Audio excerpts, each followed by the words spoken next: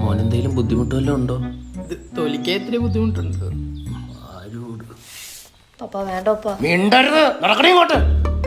മോനെ വളർത്തുമ്പോ മര്യാദക്ക് വളർത്തിക്കോണം. അതിനിത് മോനല്ലേ?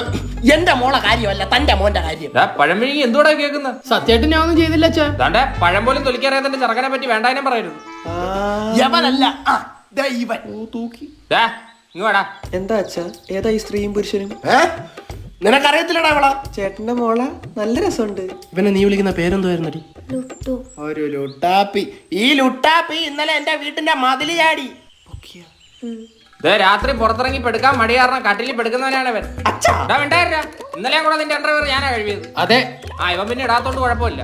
അതെ, ഇത് ഇവിടെ വെച്ച് നിർത്തിക്കോ. അതെ, ഇവര് അമ്മ ഇഷ്ടത്തിലാണെങ്കിൽ ഞാൻ ഇത് നടത്തി കൊടുക്കും. ഓനെ ഇത് നടത്തി കൊടുത്തിട്ടെ നിന്റെ അമ്മാച്ചൻ ചെലവിന് കൊടുക്കൂടാ. അച്ഛന് പെൻഷൻ ഉണ്ടല്ലോ. എന്തായത്? അന്തി ചുംബനം. ഇപ്പൊ ഞാൻ ഇവിടുന്ന് പോവാ. നടക്കണേ. അച്ഛാ, ഇവൾ എന്റെ പുറകെ നടന്ന് ഭയങ്കര ശല്യമാ. ഓ, അപ്പൊ രാത്രി ലുട്ടാപ്പി കുന്തത്തി പാഞ്ഞതൊക്കെ അത് ഞാൻ പറഞ്ഞ് മനസ്സിലാക്കാൻ പോയത് അച്ഛന് ഇതൊന്നും ഇഷ്ടമല്ലെന്ന്.